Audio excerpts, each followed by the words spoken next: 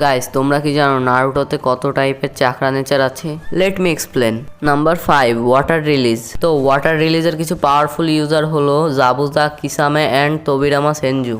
Number 4 earth release. তো earth রিলিজের special দিক হচ্ছে এর কেকিগেনকাই, যেরকম পার্টিকেল রিলিজ, এবং হাসিরামার উড রিলিজ ও আর্থ রিলিজের কেকিগেনকাই। Number 3 lightning release. তো লাইটনিং রিলিজ নারুটোতে একটি most rarest chakra nature and সাসকের second most powerful jutsu Karin or Kirin একটা লাইটনিং রিলিজ জুৎসু।